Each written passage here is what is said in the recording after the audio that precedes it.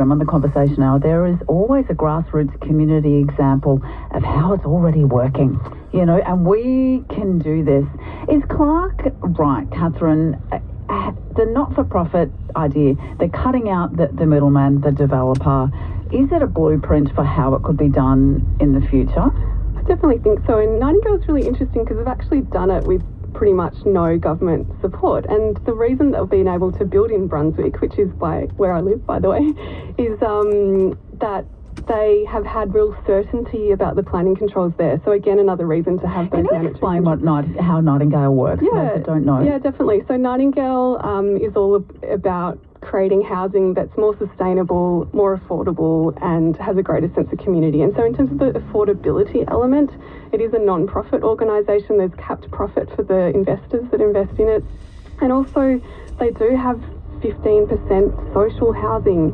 So again, that makes it more affordable for people, and they've thought carefully about the kind of design and construction to really reduce costs. Can I just say though, I think there's probably, that call is not 100% correct. I mean, they're not delivered at 3/4 of the cost. It is True. More than that. There's also one of the things that people fail to recognise sometimes is that developers run at a big risk. I've been an investor in one of the Nightingales. It did not make any money. In fact, we're lucky to sort of break even on it. And it was it was a group of investors investing into it, which is a great idea. But there's huge risk in that.